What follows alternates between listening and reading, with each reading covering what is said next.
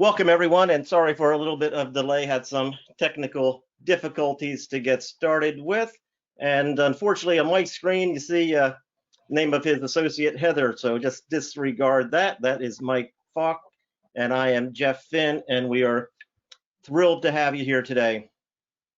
This is really a special session of the RealNex Webinar Series, and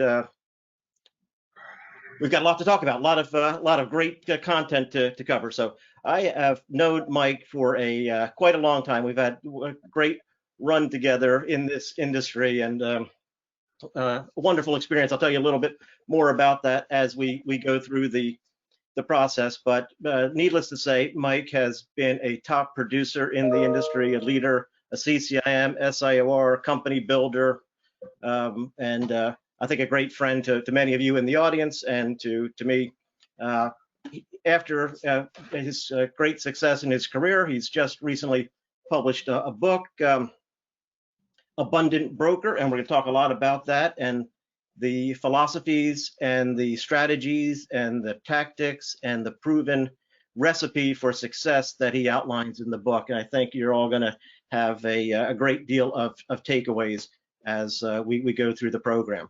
Before we get started, before I turn it over to Mike, I'm going to do a quick introduction. Many of you in the audience are RealNex customers already. We appreciate that. Many of you are not and maybe not familiar with it. So I want to do a little quick video to introduce you to RealNex, and then we'll get right into the interview with Mike Falk. So give me a second and we will be good to go.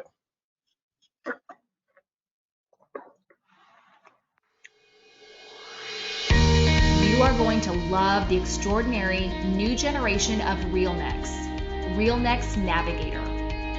RealNex Navigator is a tremendous advancement of our vision to deliver what the industry has been asking for, a complete, powerful, end-to-end commercial real estate solution at an unbeatable price. Ideally suited for the current business environment, we save clients an incredible amount of time and money by providing all the capabilities needed in one comprehensive offering. CRM, a custom-built relational client and asset information management system that takes the guesswork out of prospecting, business development, and deal management. Presentations, an amazingly simple yet powerful engine to quickly and consistently create beautiful custom branded flyers, proposals, offering memos, opinions of value, and more. Analysis, evaluate deals and new offerings in minutes. Swiftly compare leases, including accounting implications, and effortlessly include the outputs in your presentations. Virtual deal rooms. Run an efficient deal process by leveraging your CRM groups to invite participants, drag and drop folders to instantly populate and structure content, and use the 7 levels of security to control access, all while tracking detailed activity. Listings. RealNex Marketplace is a dynamic community to market and transact, list, search, post needs and wants, even send and manage email campaigns. Your first 1,000 messages are free. Transaction management. Use our digital tour book and online lease negotiation capabilities to collaborate with clients, advance deals, benchmark lease proposals, and easily track activity and progress. Individually, these are each market-leading solutions. In combination, they make RealNex Navigator the most powerful, cost-effective solution for you to dominate your market and become as successful as possible. The sensational RealNex Navigator is designed to work for large enterprises, companies, teams, as well as individuals. With a robust license management capability, you can ensure that each team member has access to what they need while privacy and security are maintained as desired. The RealNex Navigator delivers a whole lot more for a whole lot less. Take a deep dive demo of RealNex Navigator or sign up for a risk-free trial today. You'll be glad you did.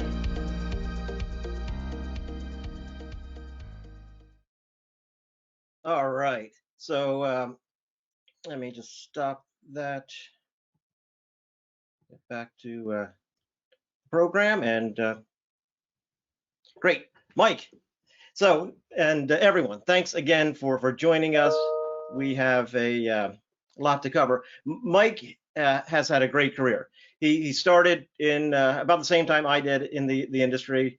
He joined what is now CBRE, was Caldwell Banker Commercial at the time, top producer, rookie of the year there, and subsequently went out to join some other folks at Consolidated Realty Group, CRG, in Salt Lake. His career has been in Salt Lake, and I got to know him at CRG when that firm became the New American Network at the time affiliate in the region, and Mike was and the team at CRG were great assets to the organization, but left unfortunately and went over to Colliers and made his mark at Colliers. And but what the story is, and we love it because the team went to Colliers, but Mike came back to NAI, and it was really a wonderful experience to work with him as he founded NAI Utah, grew it to become a leading firm in Salt Lake and really the Intermountain region. I was pleased to present him many awards over the years for top production, leadership, and contribution to the organization. And then at about the same time that I left NAI, Mike left and went over to Newmark and became part of Newmark. So he's seen the industry from many different sides and participated in many different organizations, and it's given him a wealth of experience. Finally, in 2019, he ended up selling his company to Newmark and is now running the operation there, but from a different perspective. So entrepreneur, leader, trainer, coach, producer. Mike, after such a career, you then decided to write a book, and a great one. I really enjoyed it. I found it so compelling, and I found it so supportive of so many of the philosophies that I share and that we enjoy at RealNex, and I wanted to have you on and participate and contribute to the group. So what led you to the book? Maybe give us a little bit more about the history that led you to it and what the philosophy is that you're imparting in Abundant Broker. Well, thanks, Jeff. I think you're showing our age going back. Really been around. But you know, one thing that all commercial real estate has in common are the fundamentals. And it doesn't matter if you're with a big national firm, a regional firm, a boutique, or you're doing it on your own. If you don't master these fundamentals, you're probably going to swim around a little bit and never reach the spot that you're trying to get to. And year after year, we have people come. They had interviewed different firms, the big national firms, and everybody sent them to us because we had the training program. And we've had probably 20 years of interviewing maybe 100 candidates, narrowing them down to 12. And we went from 1 out of 12 making it to the third year, to 1 out of 6 making it to the third year, to 1 out of 3, to 1 out of 2. And the big difference is not only the people that are willing to do the work, it's having the tools to support them, and it's also somebody that's got the work ethic. Because this stuff, it's not complicated, but it's not easy, especially in the first 2 or 3 years. That's really when it's critical. And had I had a platform like RealNex back in my day, man, how much easier that would have been. You know, for so many people, they get a phone and a desk and they're living off, and even today, a yellow pad or Outlook or something. But you instilled a lot more. You realized that you needed to invest in and build training, build support, build a process, and teach people about a process and how to approach the first days, and then even their enduring success in the business. And so it's not just in the beginning, but it's a lifetime. And over the years, Jeff, I've interviewed some of the top brokers all over the country. And why would I interview them when I'm in the line to get the award with them? It's what are they doing that makes them stand out? And there are 4 things that consistently everybody will say the same thing. The one that's not focused on in the book is the relationships. And my point is, how do you build a relationship with somebody if you don't have let me say this. When I'm starting out, if I go to all the people that I know, friends, families, And I asked them to hire me and have confidence in me, but I don't even know what the hell I'm talking about. How can I really build a lasting relationship? And how do I even know who the clients are that I want those relationships with? I remember one company that there were some people in my firm that worked with. I tried for 8 years to get a relationship with them. And 20, 30 million square foot portfolio, office, industrial, retail, all over the country, apartments. And they're not going to work with somebody that is not an expert in the area where they are. And to be an expert in the area, it doesn't take, it's not that complicated. It's start with something small and grow it. If you want to get to the top of the building, a lot of people are looking for that elevator. And you miss a lot of floors. When you get to the top, if you don't have that foundation and you know what the stairs look like, you're not going to last there very long. And so it's a step at a time. And what's an important part of that step, the first part of that step is to become an expert. And let me get back and circle back a little, Jeff, why I wrote the book. It's at some point you get to a place in your career where if you make more money, it's probably not going to change your lifestyle. If you, it gets to a point, how do you want to be remembered? What can you do to help other people that helped you? And that was a big part of it for me. And if somebody can pick up this book and change their life in a positive way,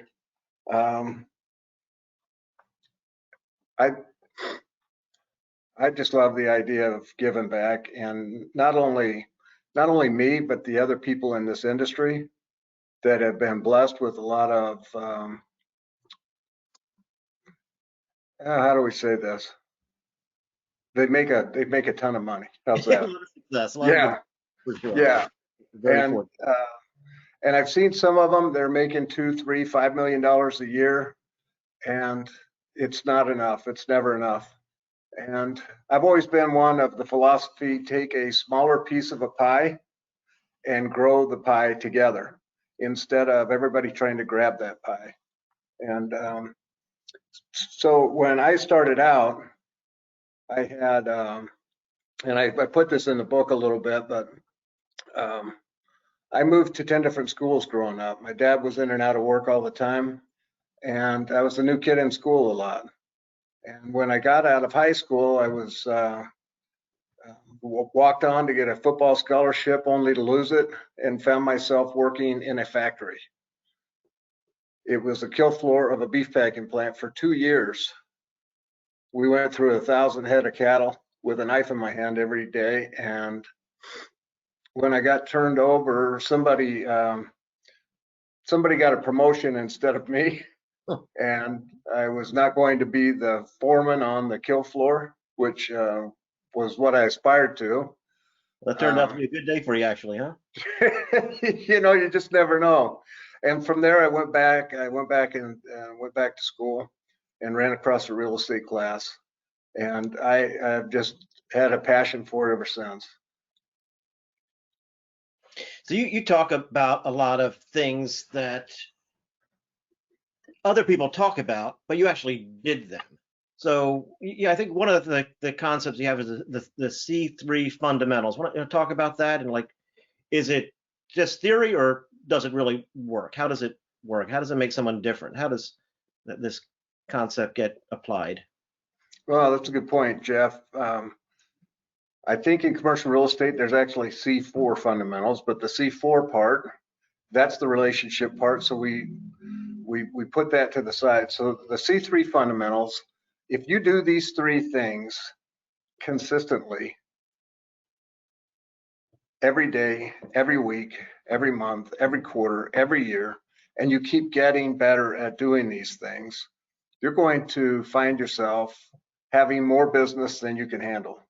And the question will then become, how do you keep taking care of the business with the time that you have? So let me touch on all 3 of them real quick. The first one, the C3 fundamental, is become an expert. Great. So I just start in commercial real estate and I'm going to be an expert. Yeah, you're going to be an expert. How do we do that? We pick one specialty. We don't do retail and office and industrial and multifamily and land and hotels. We pick one area. We're going to specialize in. Great start. So I'm going to be the expert of 50 million square feet. Probably not. So we're going to take a much smaller piece of that, maybe 3 to 5% of our market. And that area we're going to become the expert in. Now, how do we become the expert? We've got to reach out and contact everybody that's in that area. If it's an office person, maybe there are some, maybe it's a suburban office area. Maybe it's downtown. And the same thing can happen for multifamily, industrial. Retail's a little different, so we don't include retail in these fundamentals. That's a different method of building, becoming an expert. But from there, where do we put that information? We go out, we take pictures of the buildings, we pull up, and there's so much information online now. Back in our day, Jeff, you remember we had those great big black books. We would open them up, Sidwell numbers, plat maps, we'd paste them all together, and then spend the next week trying to track the owner through the microfiche at the city and county. Yeah, it's a lot easier now. So that information is, there's a lot of information, but what do you do with it? And that's why C3 Fundamental 1 is become an expert, but you've got to be able to track your information. So that's the incredible importance of a database and building a database. A database is the lifeblood for anybody in commercial real estate. Why is that important? Well, if you talk to company A, and company A says, we're really not going to have any needs for a couple of years. You know what 80% of the brokers do? They call somebody else, company B, then company C, then company D. And they might make a note on a piece of paper and put it away somewhere. But the abundant broker is the one that takes that information, they go put it in their system, and then they have an automatic callback date, maybe a year or two before that client A said they have a need. And so basically what they end up doing by using a database to become the expert is they turn these cold leads into warm leads. So the next time that they call company A, hey, company A, I talked to you about a year or two ago. You told me at this time you were da-da-da-da-da-da. I'm calling back, and it goes like that. Imagine doing that every week, every month, every year. What your database looks like at the end of a year, at the end of 2 years, at the end of 3 years. It's amazing. And it's not an industry you're going to make, make a ton of dough your first 6 months. You're going to have a hard time making a deal. But before the end of the year, there's no reason not to do 15, 20, 25 deals and start that process. Now, why is that important? Because that same C3 fundamental, that works not only in year 1, year 2, by year 10, you're getting so good at this information, mining this data, and we go on in the book and how to leverage your time, that kind of thing. But C3 Fundamental 2, that is taking the goal.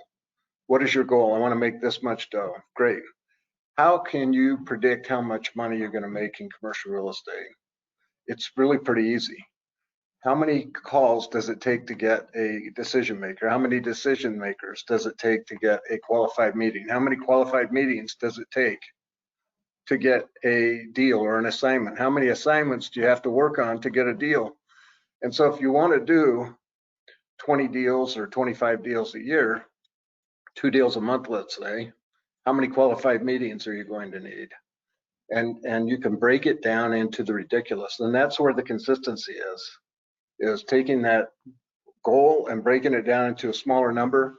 And so that every day when you walk in and work on your business, you know exactly how many calls, how many tours, how many meetings that you're going to need that day, that week, that month.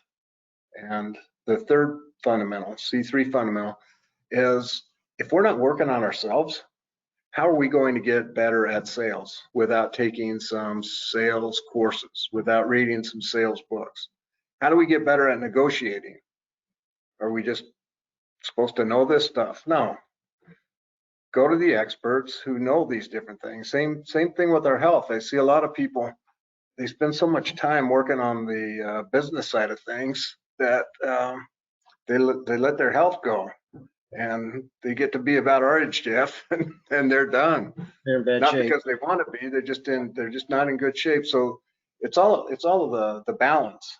And it's like my uncle told me earlier in my career, you got the rest of your life to work, you might as well get it out of the way when you're young. But in doing that, you got to take care of yourself.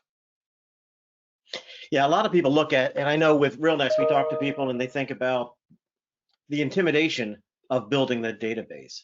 And it doesn't happen overnight. As you say, it's one step at a time. It's blocking and tackling, building, planting seeds, and then they come back. And at the end of 5-10 years, what we find is that the database is the most valuable asset that an agent has. It's the lifeblood. It's not like work, but then it becomes your gold. It's your gold mine, and it's a machine that keeps churning for you and bringing back results.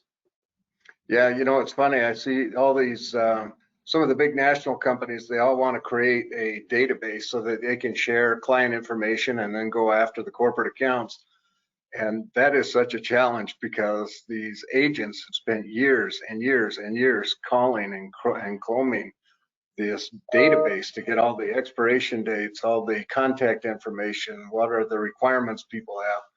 And it's kind of funny to see the bigger picture is the great idea, and the reality of the broker who is sweat over putting this stuff together, trying to put those together. But I can tell you this, and I'd like to make this point. Start small on the database. Just property information, contact information, expiration dates. If you're doing the leasing side of it, if it's the sales side of it, values, what people's criteria are in terms of what they're looking to buy. RealNex has it's so robust. I can see how people could get a little intimidated. My invitation to them is don't. And maybe offline, Jeff, you and I talk about a beginner's program where we only have maybe 15 or 20 fields in each one of the specialties as a way to wade in. And because there's so much information coming, you know, when we first start anything. And if we can break that down to the ridiculous and then build on that. A lot of what you also talk about in the book are some of the just fundamental processes, building systems, and measuring. And again, I think a lot of people want to go out and make a deal. They're not measuring the key metrics going into and then at the back end of a workflow to see why they succeeded or didn't and what they need to focus on to improve. Yeah, that's a real good point. So at the end of each deal, it's kind of like coaching. I used to coach football, baseball, basketball, everything. And I found as a coach, what we do is when we get our butt handed to us, we sit down and we really study, oh, what could we have done different, that kind of a thing.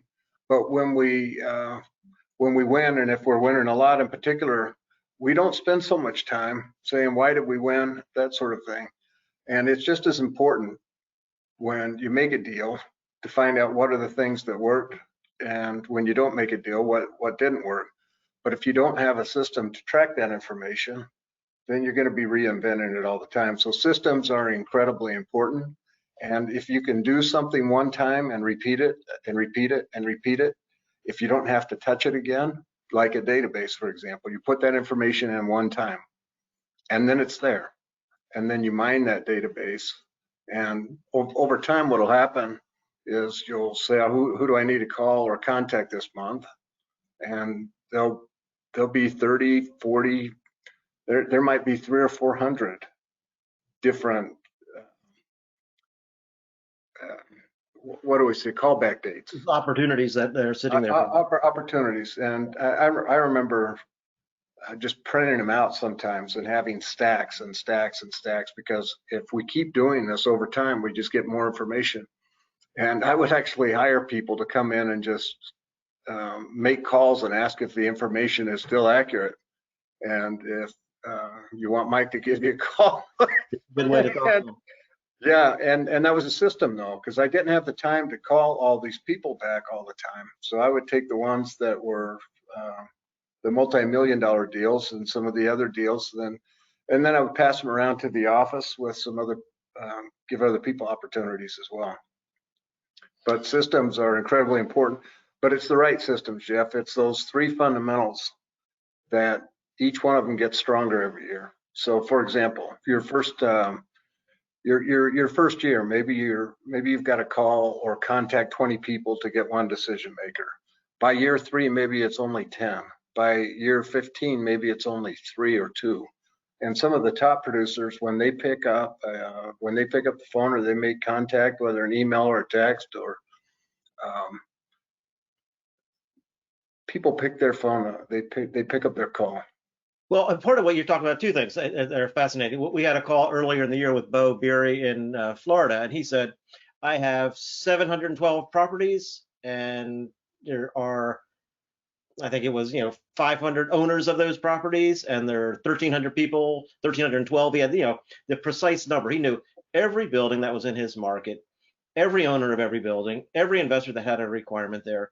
And that was that universe that he was able to then own and have his tiered approach to who he would follow up as priority 1, 2, and 3. And what he's done, and you talk a lot about it, and I want you to expand on it, is that you talk about a Touch 12 program and building your personal brand. So maybe those two things, it would be helpful for the audience to learn a little bit more. I think a lot of people talk about Touch 12, but they get busy and they don't touch one, or they maybe touch intermittently. How do you control it and make sure you're actually delivering on the promise?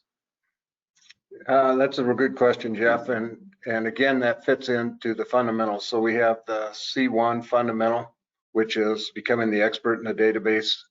The second fundamental is taking your goals and breaking them down to the ridiculous. And the third goal is your personal development and personal branding. So part of your personal branding is staying in contact with these people. If you talk to somebody and then they say, call me in 7 years, let me give you a different example. I can't tell you the amount of brokers that I see make a transaction, make a deal, they get paid, and they're on to the next deal. Never again to call that company until 6 months before they think there is a requirement, only to find out that company's already done 3 more deals since that time because they didn't stay in touch with them. So what a Touch 12 system doesn't mean you call them and bug them all the time, but maybe you're sending out a newsletter every quarter. Maybe it's something on what's going on in the market. And I'm not talking about the overall market. People can get overall market information anywhere. I'm talking about specific market information. We call it the MSA, my specialized area. Know everything going on in that area. When people own buildings or they own real estate in certain areas, they want to know, what is their neighbor getting? What is this going for? What's our vacancy rate? How much could I sell it for? What's a good lease rate? Those kind of things. And so that's just one aspect. Then if you've got other properties that you're marketing in that area, that's another opportunity for you to reach out. And if you're connecting with them one time a month, that's what we call it, a Touch 12, just one time a month. I used to use January as the time that everybody I'd ever done a transaction with. I would spend the month of January, literally, calling each one of them, asking what their year looks like in front of them and what services we might be able to help them with. And that was more than what most of my competitors did at that time. Well, it's interesting, and it's a timely now as you're getting into the end of year. People are into their next year budget. They're in their business planning process. So you weren't selling, but you were offering value. You're wanting to come in to provide advice, counsel. Here's a nugget. Here's a comp. Here's something make that call. Not a pitch, but a contribution of value. And I think that's so important for people to take as part of this abundant broker philosophy. If you give, the more you give, the more that ends up coming back to you. And I think it's something that's bode you well in your career. And maybe if you have some more to share on that contributing value and that approach to the brokerage business.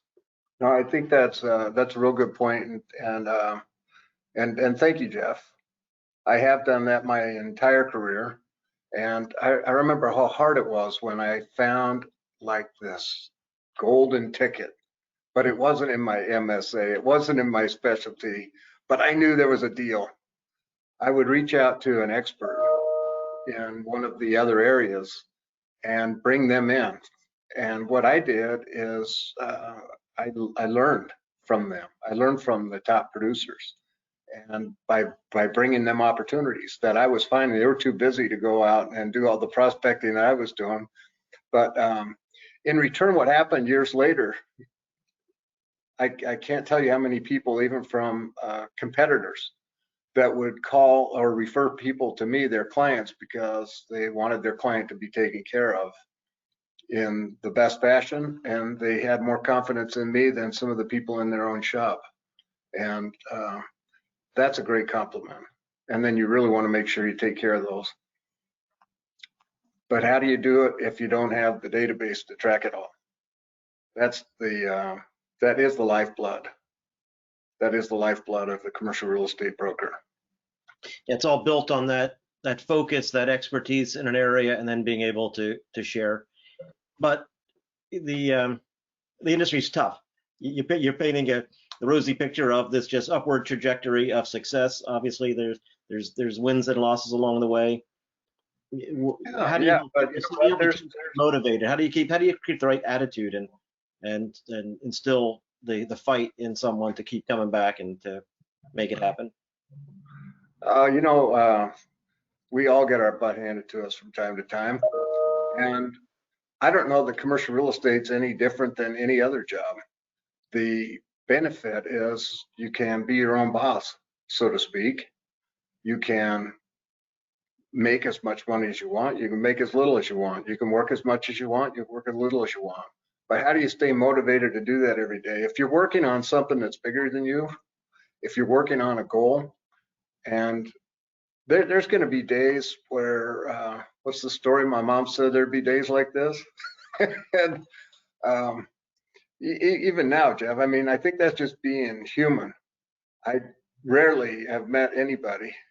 In fact, I don't know that I have anybody that just pops out of bed with all this energy and every day consistently.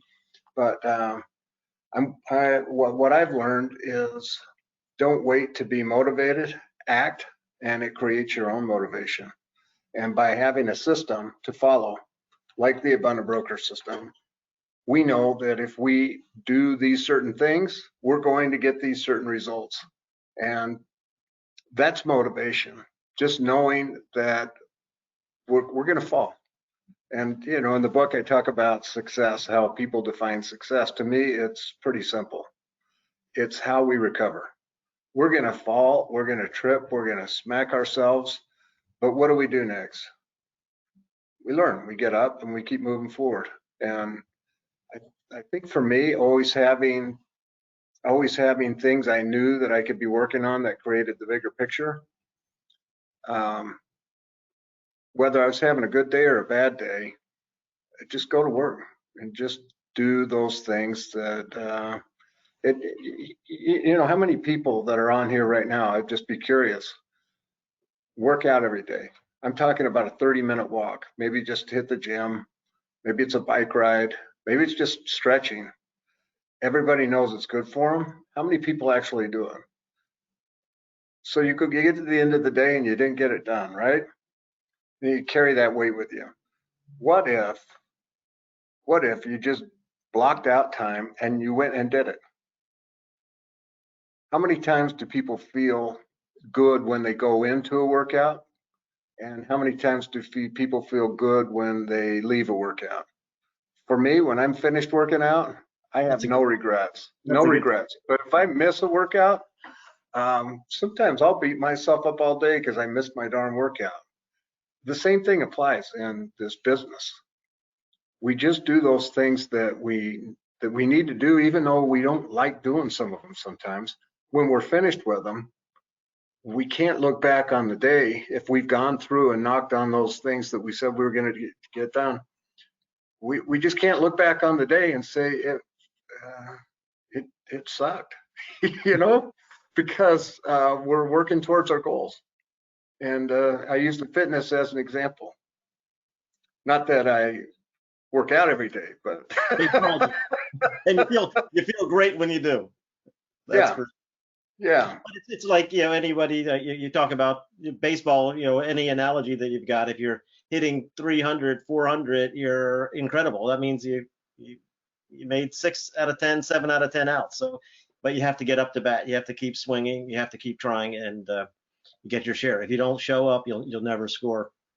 That's a great analogy. Let everyone know that we do have the ability for questions. So type in any questions that you have for Mike and about Abundant Broker. I know there's many comments have come in just saying, I love the book. Thanks, Mike. Thanks. I appreciate it. How do I get the book? We'll give you a link later. But Mike, you also talk about sort of not just the basics of year one and what does it take to get started and to have, you know, a regular, consistent business, but also building wealth, building a legacy, building your future. And so there's many people on the call that have had great careers or mid-career. And you know, what about owning property? What about building, you know, for your, not just your $100,000 start, but your $1 million success? Where does it turn? How do you get from that, you know, sort of that mill that you're on and the machine that you're on to actually being able to get to the other side? Well, first things first, and it's just like we talked about earlier, you take one stair at a time. But what a great business to get paid to learn how to invest in commercial real estate.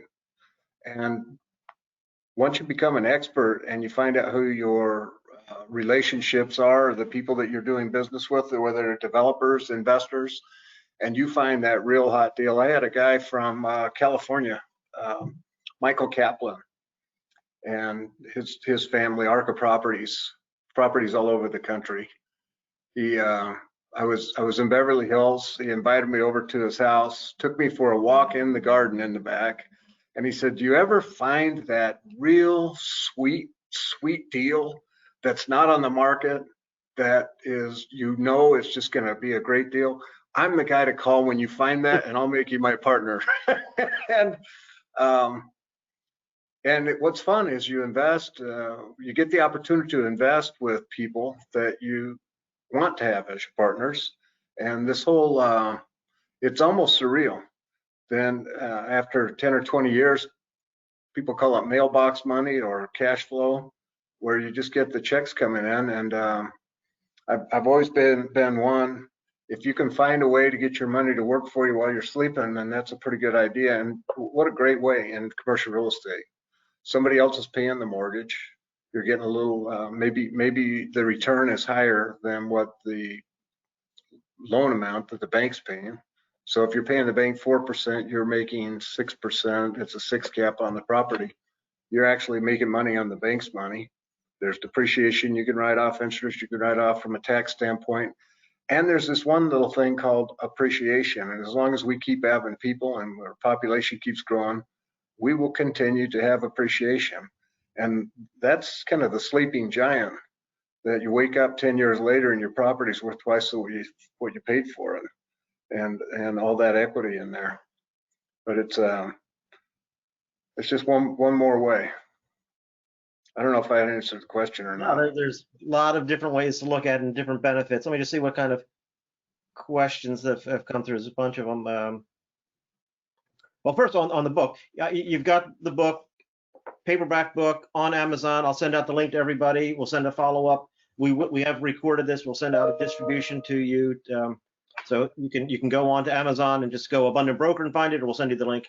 Make it easy. But there was a question: is it on audio as well? Do you have any plans? If it's not, audio is underway right now, and oh gosh, I think we're about halfway through. By the end of the year, we want the audio to be complete. We do have it on the digital version now, and that's also on Amazon right now. The other thing we're doing is we're building the online class, and that should be ready Q1 of 2021. So these fundamentals, the templates that we used in building these fundamentals, we'll have these online in Q1 of 2021. Excellent. So we got people chiming in from all over the country. The California is in the house. Someone just chimed in from Florida saying he'd love can't wait to get the book. He's looking for some mentoring. And Mike, I guess you're doing some coaching and mentoring as well. I don't know what's part of the Abundant Broker community. It looks like it's more than just a book for you. It's part of right now it's a great vision, but I remember sitting down with the book as a vision, and it's like I said, one step at a time. So our next step is to get this audio book out. Our next step is to get the online class up and running. And then the next step is to offer one-on-one coaching or web coaching or group coaching as well. And we have several experienced brokers that are, some of them, for example, are coaches in CCIM, and then they teach CCIM classes. It's that caliber of coach that we're going to have using the Abundant Broker system and helping people not only in their first year, as you mentioned, Jeff, but a few weeks ago, one of the guys that works in my office, he's been doing this 15 years. He'll make 1, 2, 3, 400 grand a year consistently, but it's a struggle for him. He never knows where the next deal is. And we sat down for 20 minutes. He asked if I knew where he could get some coaching. I said, yeah, I know where you get some coaching. Come sit down. Let's just talk.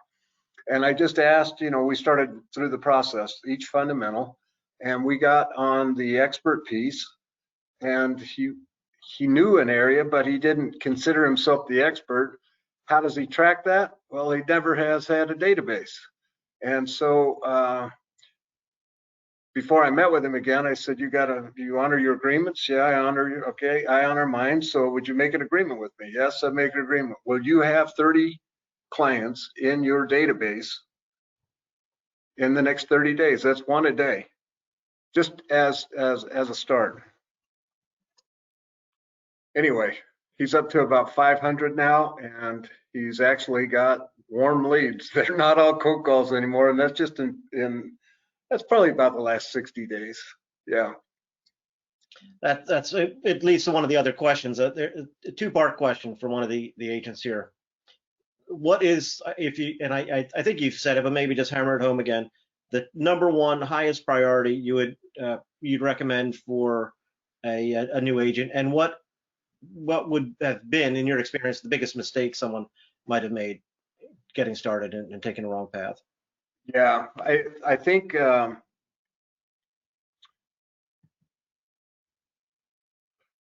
number one, if you can find this, it's a mentor, somebody that's already doing it, that will,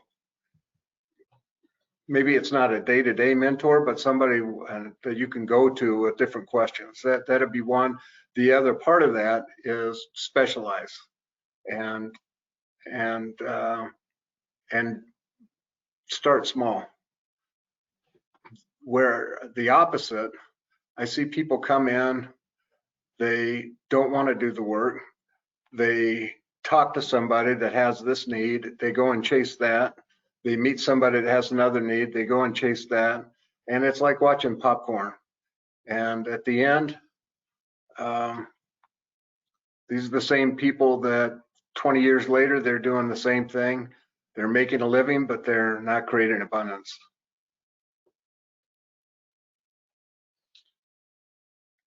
Excellent. Someone was asking about they've got and received the book, they've read it and enjoyed it, and you have what is great about this, and I loved it, and it's just full of actual worksheets, forms, templates, processes, not just philosophy, but it's actual tools in here. And I think there are some that you're going to be making available. And is there downloadable forms, or how do you get access to all or is that something that's yet to come? Yeah, that's part of the online class, but whether people sign the class or not, we are working feverishly right now to get some of these templates put up on the website. And Who would have known writing a book would have created another job?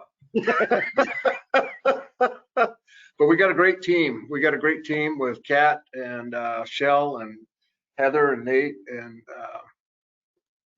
it's grown from there. The again, the audience is pretty diverse.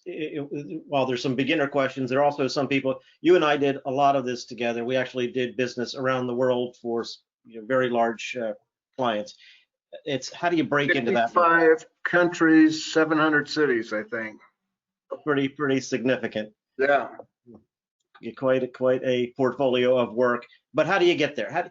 Some people they feel like I'm confident that I can do it, but I'm not, maybe haven't positioned myself yet to go from regional businesses, local businesses up to that corporate, into that corporate world, multi-market world. A couple of ways of looking at it, Jeff. Number one, if they want to do it because they want to tell people that they do global work, that might be their ego talking. But if they actually have a client that has that kind of work,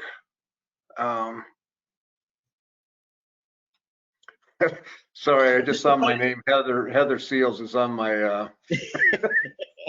I'm on Heather's computer, but it's a different business altogether. So part of it is like, there's one thing to be doing the transactional work and the transactions that you do in Salt Lake, but when you're representing a global company from Salt Lake and you're depending on someone in Sao Paulo or Frankfurt or Tulsa, it's managing a process. It's a different business really when you're managing corporate services or doing corporate work. So, and for some people that's more exciting, more interesting, and a better fit for their background. I know when you actually brought people into your company just to do that.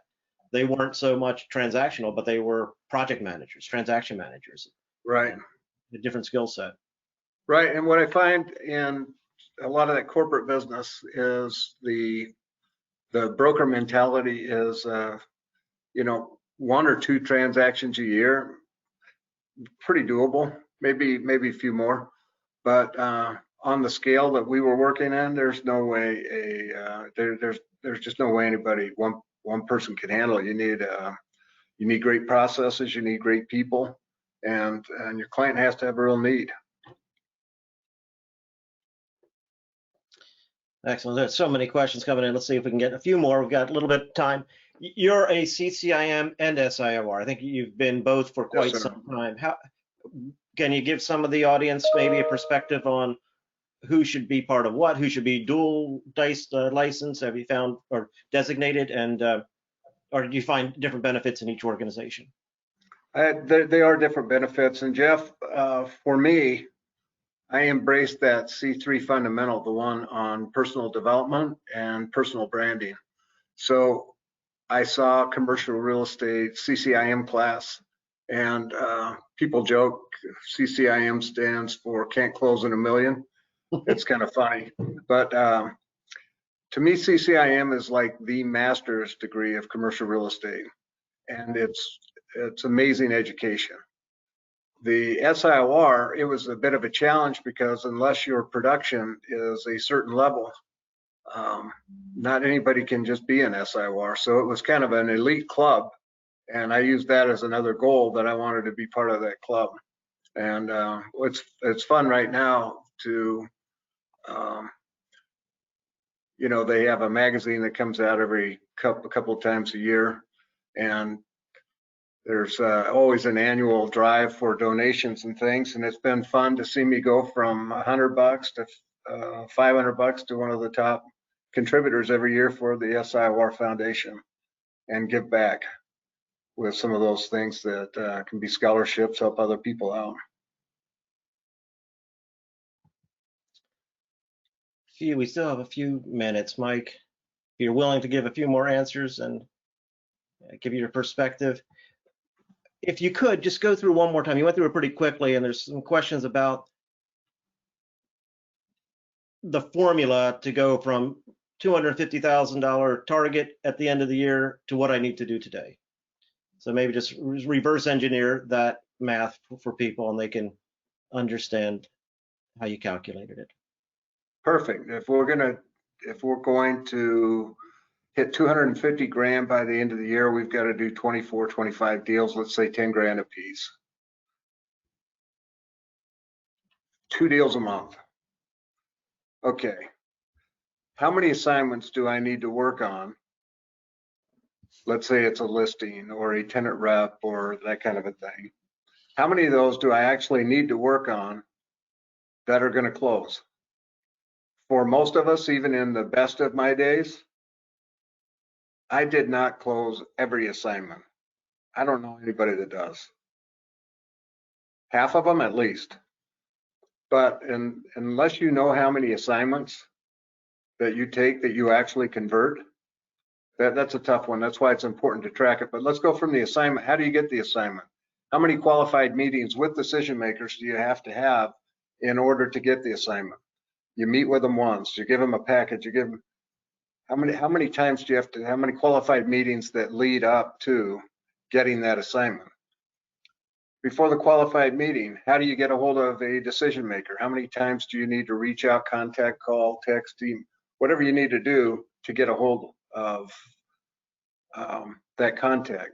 So a real simple nutshell, let's say it takes you to get 2 deals a month, to get one deal, you've got to work on 2 assignments.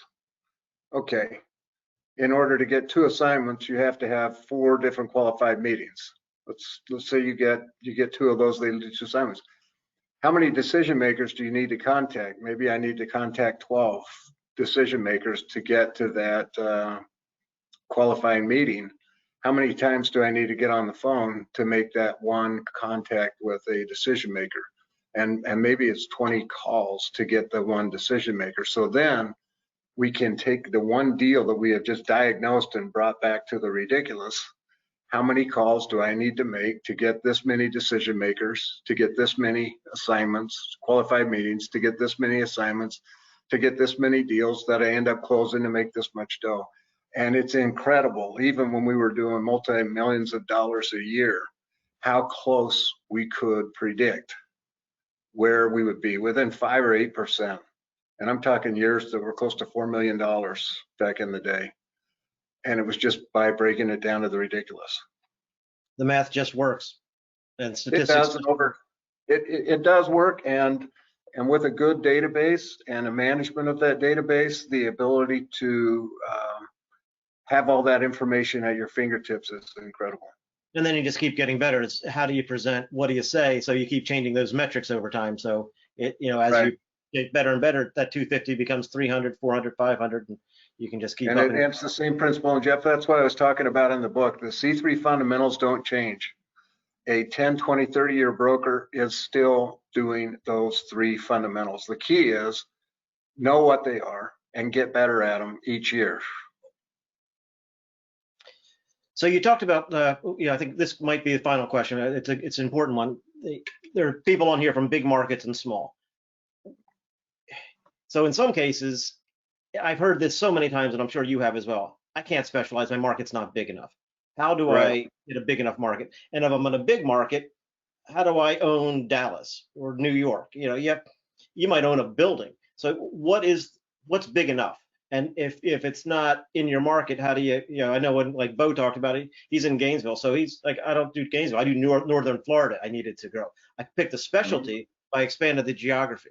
And the other in geography might drill down. So maybe just give a little bit about how you would map out, how do you size and to enable the level of productivity that you would expect on your team. So each market's going to be a little different, as you mentioned. Is it a big city, secondary, tertiary market, that kind of thing? We even have some people that work in, we call rural markets. And I'll go to the extreme on the rural side to begin with. There's a little town called Park City that's just outside of Salt Lake City. And it doesn't have enough of any of those particular areas to specialize in. Somebody has to know multiple disciplines. But what they do is they start with one. And they might just pick like Main Street as an example, like Jill Snyder did.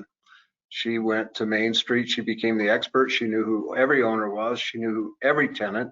She learned what the rates were, who was selling, who was buying, who was leasing, who was going to be moving out.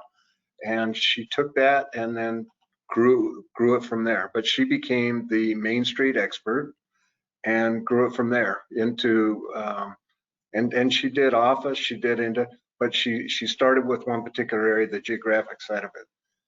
If you're in a bigger market, let's say you're in Dallas, you're probably not going to own Dallas.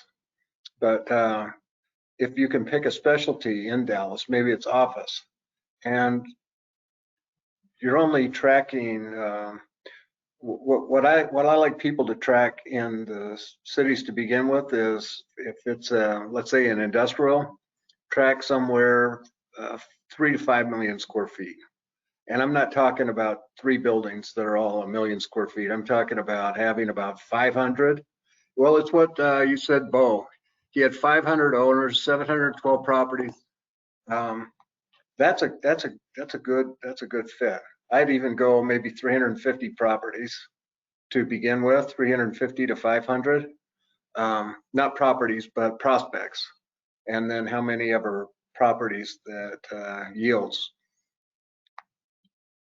That's okay. So office, the fees are quite a bit bigger. You're probably not going to have as many square feet. So with office, you can do about 2 or 3 million square feet. Industrial, I like to go 3 to 5 million square feet. And for multifamily, I like people to track. And again, Jeff, it depends on where you start. If you're starting with duplexes, fourplexes, eightplexes, that's a different number than if you're jumping in and you're working on a team that won't touch anything under 300 units. So we do have one final question, and someone's been very, very active in the question, and I think it touches on 2 things. And the first is the first comment was, and the paraphrase: can you be nice? Can you be a good guy and win? And what does it take? And the other is, how has it changed from what was a relationship business to a more advisory approach to the profession? Okay, so the first question, the broker talks about, this how do you approach the market with a good guy approach versus a cutthroat approach? I mean, there are some sharks out there. There are some sharks out there. There are people that like to play and try to get the whole pie. And so the first rule of real estate is get it in writing. Get everything in writing. Get everything in writing. Get everything in writing. There are too many times people will bring somebody in, or they'll talk about a deal that somebody else runs. And I think the positive thing, Jeff, is back in our day, there were a lot more sharks in the water than there are today. I think people now realize people don't like dinks, and so they won't work with them. And good guys do win. Good guys do win. And how do you protect yourself from the bad guys is get it in writing. Well, that really wraps up. It's all about building your brand, because your personal brand is what sticks with you forever, and that's why people keep coming back. You might get a deal done with a sharp elbow, but you don't build a business that will endure. And as you talk about in Abundant Broker, building not just a career but a legacy, and one that you can be proud of and look back on, and people regard you highly and want to work with you.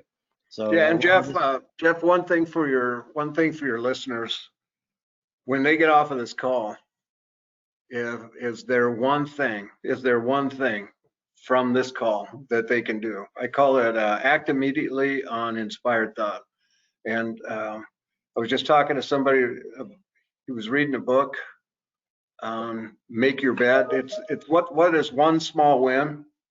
Everybody that's on this, I have an invitation for you. Is write on a piece of paper today, right after this call, one thing you can do tomorrow. You can do it. It's not huge. It's one small win that will help you take something you've learned from today. And what that does, that creates momentum. Remember we were talking about confidence, Jeff? How do you have the confidence? How do you get the motivation? That's how you get the motivation. You take one small step, write it down, act on it tomorrow, check it off the list. That's that workout for you tomorrow. That's perfect, Mike. It's funny you brought that up. I was thinking about how do I weave this in, because there wasn't one meeting that we had together, I think, in all the many times that we worked together, to say, what is it that you're taking away from this meeting? And you always, because a lot of people go to meetings and that's it. It's just, we spend an hour together and nothing happens. But there was always, there always had to be follow-up. There's always had to be action. There always had to be a plan. And that's what that differentiates people, is that you actually go into everything with a purpose, and then you act and follow up and do something different because of it. Yeah, we call it our most valuable takeaway. Most valuable takeaway, exactly. So hopefully there are a bunch of takeaways for the audience. Thank you so much, Mike. Go out and buy the book, folks. Let me just bring up the link for you if I can. Once again, I can share that. Yeah, it doesn't look like it's going to let me share that easily, so I will send that out in a follow-up. And it's actually bit.ly/RealNex-webinar if you can't see it. So buy the book. It's a great investment in yourself. And Mike will be around in audio form later in the year, as he said, and available for coaching and support. And of course, we'd be delighted for all of you who are yet to join the RealNex community to give us a try. Come in for a demo. We'd love to have you as part of our community and take advantage of the tools that we have that help to put into practice the strategies that Mike and I have been talking about. So the systems and the tools will enable you to enhance your production, build that type of asset that will continue to benefit you for years to come. Mike, any closing remarks before we close up for the day? Jeff, I just want to thank you and for the listeners. And it's really not that hard. It's really not that hard. We got great tools. You've got the software, the database. We've got great fundamentals. I've got the book. It just takes the people on the other end to do the work. And there's no getting around that. There's no getting around it, but it's fun and it's worth it. Thanks, Mike. Have a great day, and thank you all for joining us. We'll look forward to you joining us in future webinars. And in the meantime, hope you have a very happy Thanksgiving and a great end of the year and continued success. Bye-bye. Thanks, Jeff.